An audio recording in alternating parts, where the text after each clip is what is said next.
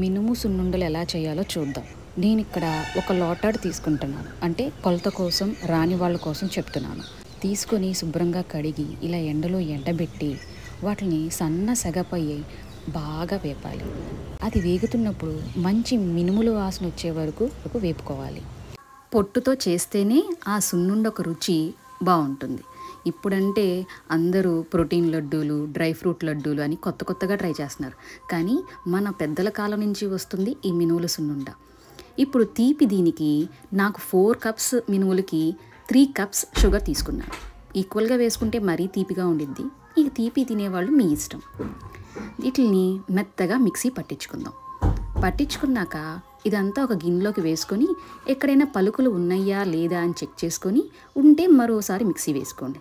లేదంటే కాసిన నెయ్యి పోసుకొని ఉండలు లేకుండా చిదుపుకొని కావాల్సిన సైజుకి తగ్గట్టు చిన్నవైతే చిన్నవి, పెద్దవైతే పెద్దవి ఉండలు చేసుకొని పెట్టుకుంటే తినటానికి రెడీ. ఇవి రోజుకి ఒకటి తింటే చాలు. అవి పిల్లలకైనా పెద్దలకైనా. పెద్దలకైతే నడుము నొప్పి తగ్గిస్తుంది. అదే చిన్నపిల్లలు అయితే వాళ్ళ బొయ్కుల్లో ఇంకా బలంగా స్ట్రాంగ్గా ఎదిగే పిల్లలకి చాలా మంచిది. ఎన్ని లడ్డూలున్నా సున్నుండు రుచికి ఏది సాటి రాదు. కానీ సున్నుండలంటే మహా చాకరీ అని అనుకుంటారు. కానీ ఎంత చాకరీ ఉందో అందులో అంత బలం కూడా ఉందండి. సో తప్పకుండా రోజుకు ఒక్కటైనా తినాలి. అలాగే పిల్లలకి కూడా అలవాటు చేయాలి. మా పిల్లలు ఇది తినరండి అది తినరండి అని కాదు. మనం తింటున్నాం అనుకోండి వాళ్ళ ముందు, ఏం మమ్మీ నువ్వేం తింటున్నావు మాకు పెట్టవా అని వస్తారు. ఈ టెక్నిక్ ఫాలో అయిపోండి. ఖచ్చితంగా పిల్లలు మనతో పాటు మనం తినేవన్నీ తింటారు.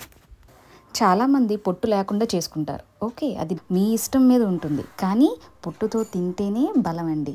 ఇప్పుడు చూడండి, వేరుశెనగ గుళ్ళు కానీ ఈ మినువులు కానీ అన్నీ ఇప్పుడు మళ్ళీ పాత రోజులే మొదలవుతున్నాయి పొట్టుతో తినడం.